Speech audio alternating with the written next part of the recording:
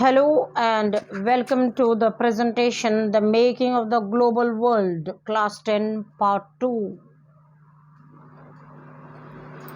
We studied in the previous part about the coming of food, the travel, the disease, and many more in the Part 1.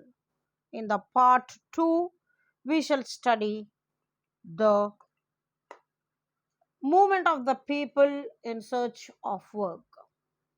Many laborers started migrating from India in search of job to have a growth because they were in misery.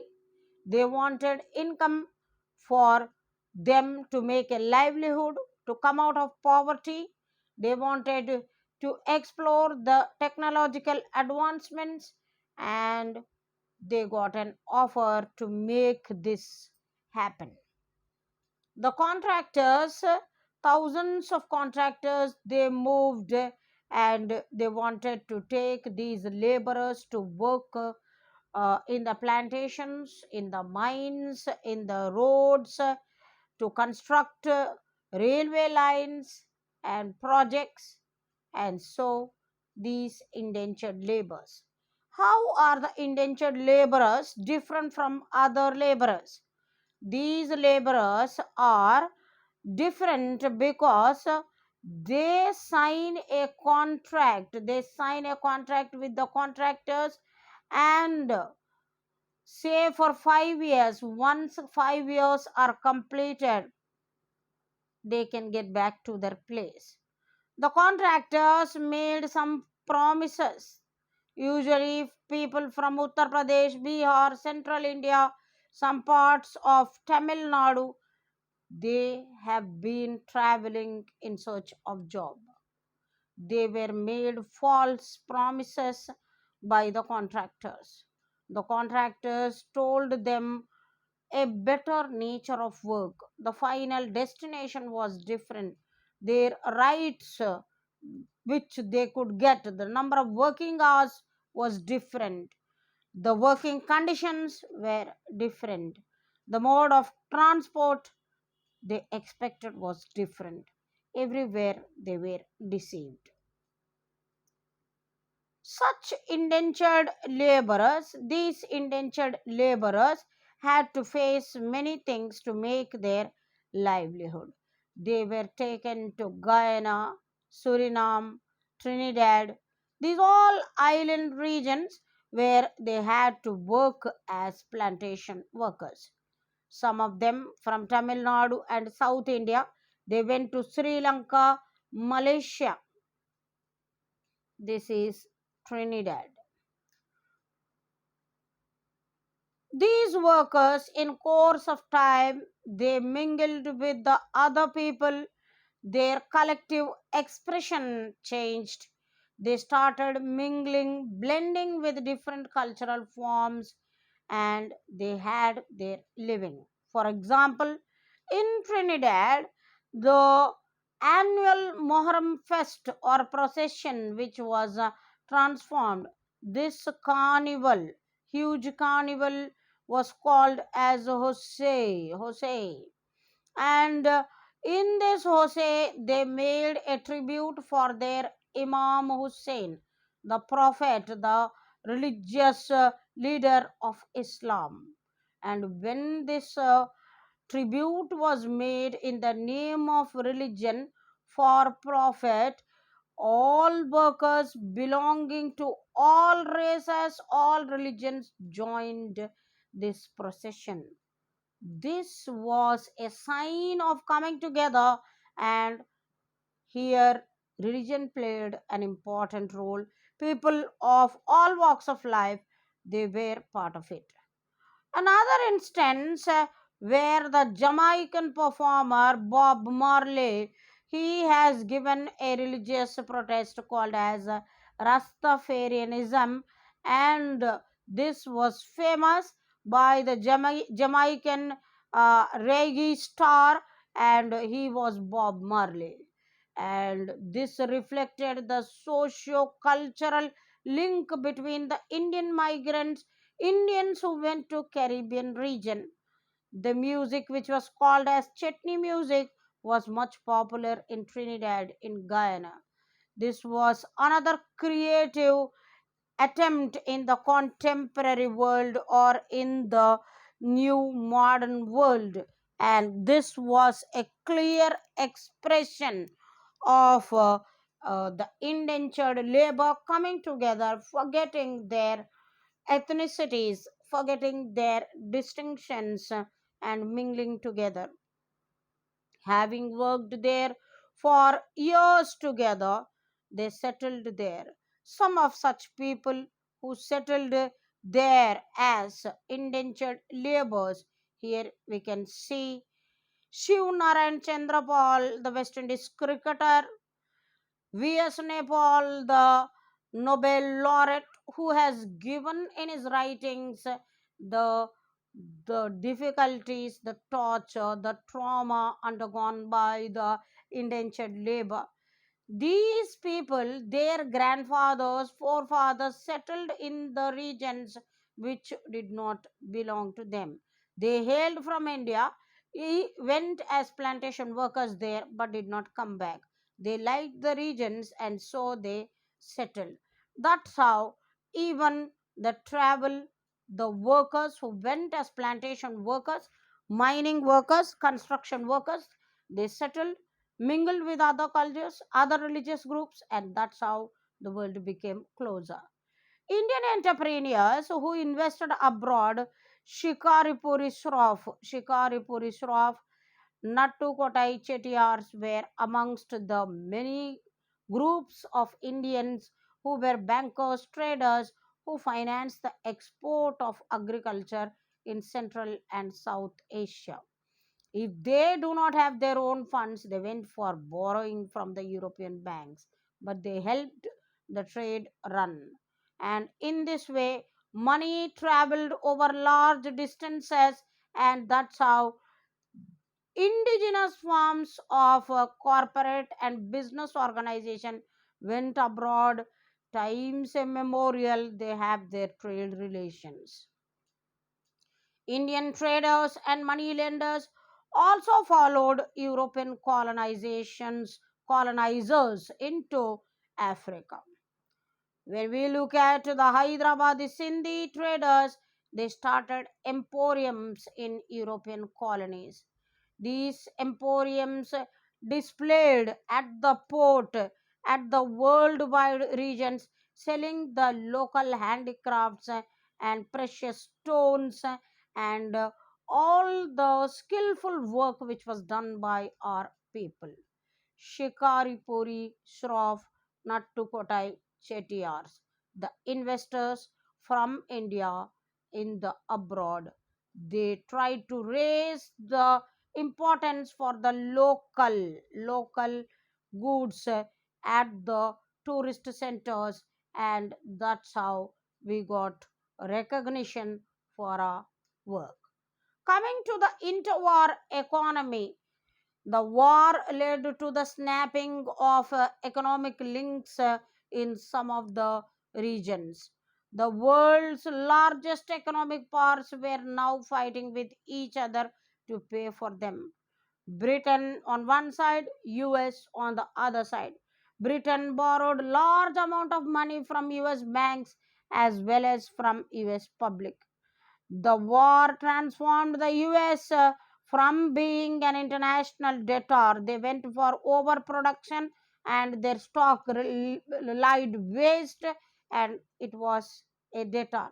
Now was the chance for lending and then transforming themselves into creditors.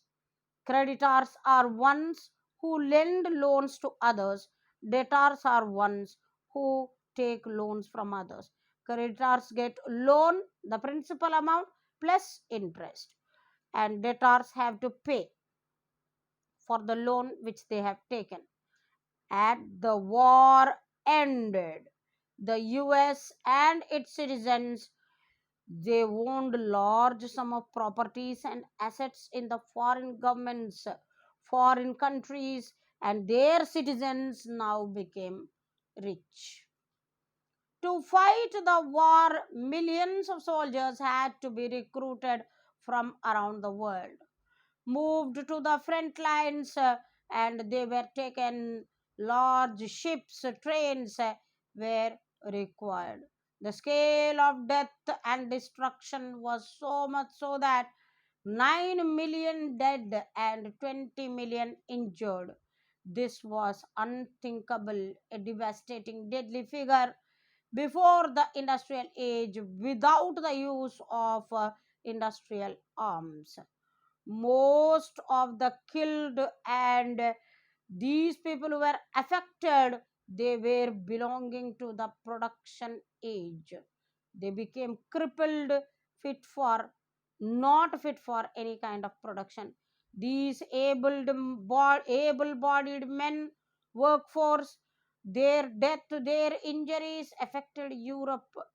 The fewer number and this families, households, their income declined and their livelihood affected. During the war, industries were restructured to produce the war related goods. At that time, Britain was concentrating for the production of war needs. Then came the shift towards other countries which were able to produce. Early societies were reorganized for war. As men went for battle, women had to take up all kinds of jobs and take up the responsibility of the men. The post war economic recovery, that was quite difficult. Britain was the world's leading economy in the pre war, but in the post war, the situation was different. While Britain was occupied with the war and its industries were catering to the needs, at that time the focus shifted to India and Japan. Their industry started growing. After the war, Britain found it was difficult to recapture its position in the international market. By then, for example, Ahmedabad in India became Manchester of India, and Osaka in Japan became the Manchester of Japan. And so these regions were producing textiles, meeting the international market and also domestic market. In order to finance the war expenditure, Britain had to borrow liberally from US, which meant that at the end of the war, Britain was now under huge burden. Its debt increased. कर्जे में डूब गया Britain. The war had led to an economic boom, increase in the demand, production, and employment. The requirement was more. So, who is going to produce? They were looking at the nations which can produce more. Then came the need for mass production. As the demand rose, mass production, bulk production has to start. And once it is produced, consumption has to happen. That is, buying and using of goods also should happen. The US economic recovery was quicker, very fast. It has recovered from its debt to being a credit country. After a short period of economic trouble in the years, the after the war, US economy once again resumed its strong position by the early 1920s. The important feature of US economy of 1920s was the mass production, bulk production. It focused by producing more at a time. In the late 19th century and in 1920s became the most spectacular feature in the industrial production of US. The assembly line production, it was a pioneer in the mass production of the car manufacturing. Henry Ford, he has adapted the assembly line of Chicago slaughterhouse. We knew about this slaughterhouse. In the previous part, we studied that when live animals were taken, they died before they reached, they were diseased, they have become unfit for usage or eating because they produced protein based food and they could be eaten by people for resistance. But the poor were not able to buy because the price was more when animals went live. But when the slaughterhouse, the butchers started cutting and then sending it in the refrigerators, then it was available for the poor also. We studied this in the previous topic.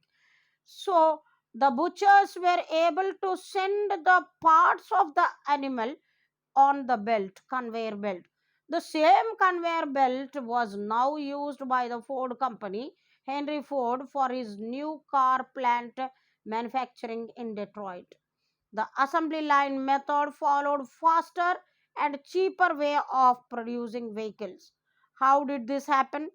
The assembly line forced the workers to repeat the single task. The brake was made, the clutch was made, the chain was made, the seat was made, different parts of the car were made, and they were picked up. Each part in numerous numbers, it was moving on the belt, and on both sides of the belt people were standing, and continuously they had to do the work. They have to pace up with the machine. The pace or the speed was dictated by the conveyor belt. They could not afford to make a mistake. They had to stand in front of the conveyor belt. No worker could make a delay. 1 second delay could hamper the production. Everything went on systematically. Men picked up this kind of fast work. How did this happen? Let us see in this video.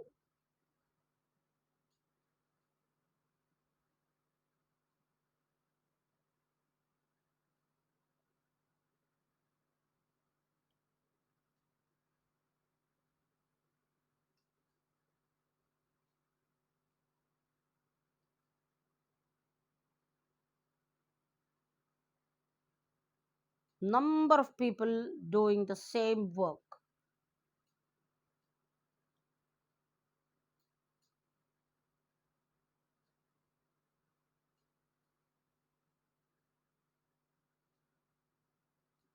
Simultaneously picking up, fixing, everything is happening. No one can afford to make a mistake. The belt is moving with the parts of the machine.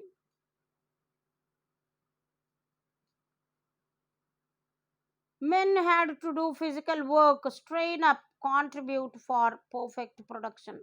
By the end of the day, that is the conveyor belt. By the end of the day, large amount of production was done. This is called as mass production, and these people had to do tedious work, toil hard, and they demanded for a hike in their pay. With the money they got, they spent for a better living. How did it happen? We shall see in the next part.